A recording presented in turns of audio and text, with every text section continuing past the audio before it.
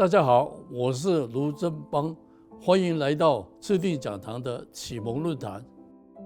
今闻台湾名校建国中学有同学组织共产党社团，据报载，他们说是要用民主方法传播共产主义的想法。我本人在威权戒严年代，自1965年至1968年同样就读建中时，不时驻足于建中学校近邻著名的古岭街旧书摊。那时仍可找到不少上世纪30年代的左翼文艺书刊，也多有所涉猎。因有此经历，对此事特感唏嘘，深深以为不可等闲视之。但以今日资讯之自由发达，有关世界上所有共产主义运动惨痛史的知识顺手可得。如今世界各地的共产党也先后一一湮灭，几乎仅剩中共，且由于特殊的原因依然存活。而今日台湾既有年轻学子还会尊捧共产主义为圭臬，意欲推广增值的私意。首先，台湾自威权时代长期的反共教育显然已失灵，人们对共产主义的心防也早已疲乏，反共八股的陈述甚至起了反作用。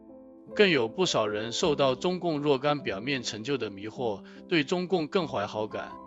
这怪异现象究竟如何形成的呢？是乃源于台湾民主自由化后近20-30年来政府的松懈，有以致之。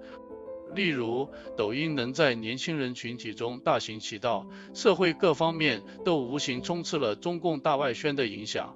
建中校方以自由之名，容忍了建中共产党的成立，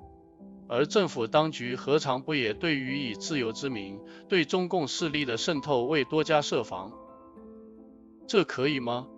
不，台湾绝不可置外于世界潮流，让光阴倒流，欲养当今已被证明是完全荒诞过时的共产主义。台湾地方小，根本不存在空间让此有所回旋，何况中共谋台之心更是变本加厉，手段一加无所不用其极。建中这些同学们，你们动机或许善良，对当今的社会财富不均或许会特别反感，但你们必须了解，民主和共产党根本不能互存，共产党的统治只能是一党集权。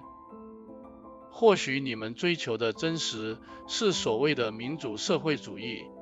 这在当今的欧美社会仍都很活跃，例如德国的社民党、美国的伯尼桑德士等等，不一而足。孙中山的三民主义基本也属于这种民主社会主义，重视民生，但同样重视人民的权利。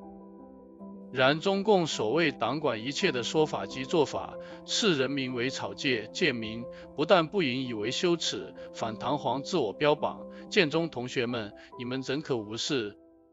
自由是我们尊崇无比的价值，也恰恰正因为如此，我们特别需要保护它，不能让根本否定自由的共产主义有滋长的机会。台湾人民必须警觉，政府必须有作为，不可再有所延误。